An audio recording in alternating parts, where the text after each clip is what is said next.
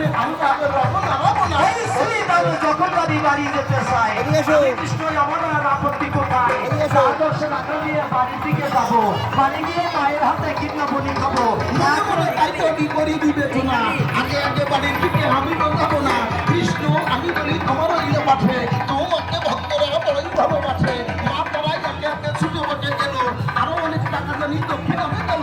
তাই তুমি এখন আমার কথা বলতে যাবে, পুরো টাকা কাছ থেকে কিছু টাকা দেবে। তাহলে তুমি জানি আশিস করবে গান, সেই কথা বলি আমি তোমাকে কেমন বাড়িতে বসে আছে বাবা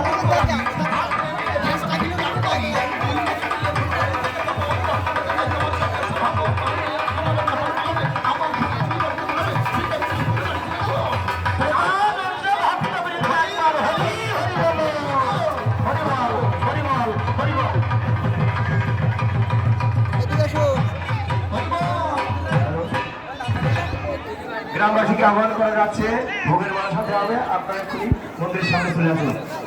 আর একটা